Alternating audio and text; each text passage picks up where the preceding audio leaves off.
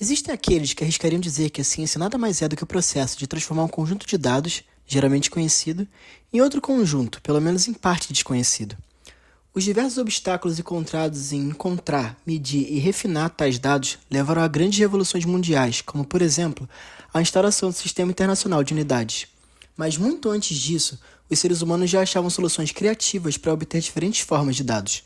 Na Idade Média, por exemplo, reis usavam suas próprias medidas corporais, pés, polegadas, côvados ou até mesmo a distância do nariz ao dedo esticado. Completamente aleatório, mas historicamente oficial.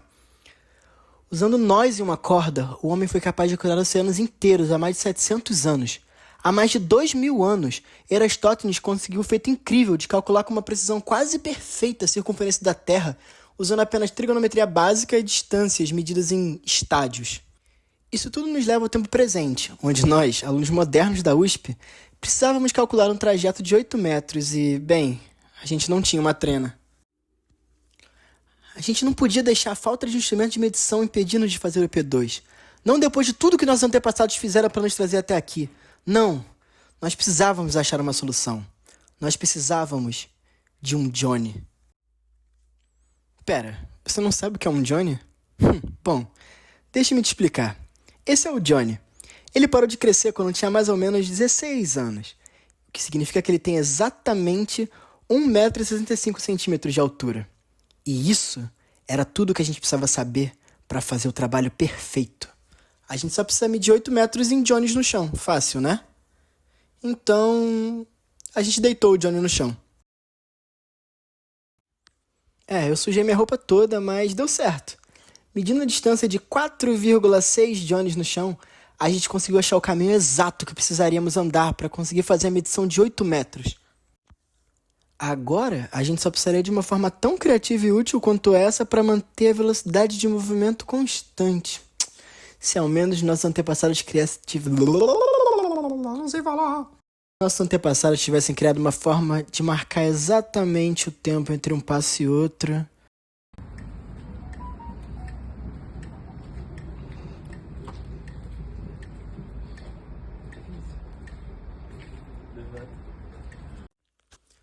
Usando o mesmo método de Johnnies para calcular a distância reta de 8 metros, a gente conseguiu achar, usando o famoso e extremamente útil Teorema de Pitágoras.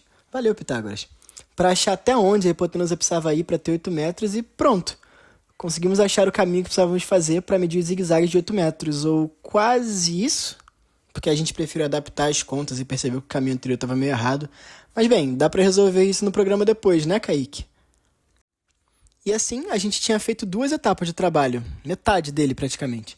Agora, precisaremos enfrentar um inimigo novo. A aceleração uniforme.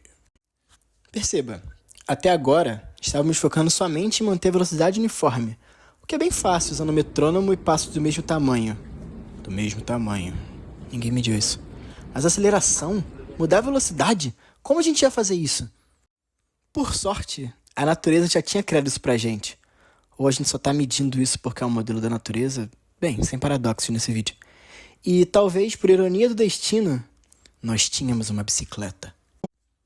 Fazendo as marcações em pés dessa vez, pés do Johnny, exatamente 25 centímetros, exatamente.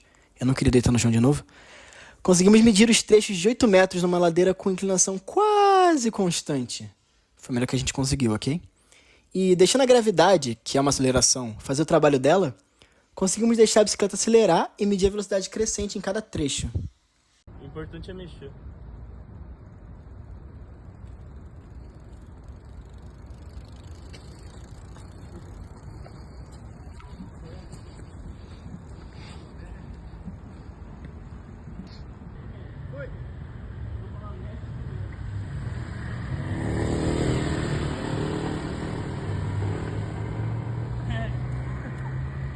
Levanta. Acabou.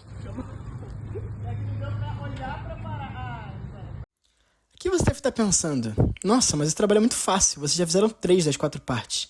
Bem, meu amigo, você até teria razão, se o pior vilão desse trabalho não estivesse prestes a aparecer. A aceleração em zigue-zague.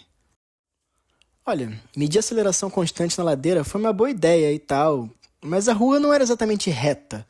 Os cantos dela, mais perto da calçada, eram mais baixos que o meio, o que significa que a bicicleta não acelerava. Isso aí a gente tentava andar em zigue-zague. E, bem, era difícil fazer curva. Não vai funcionar. Não vai funcionar. De bike não vai ter como.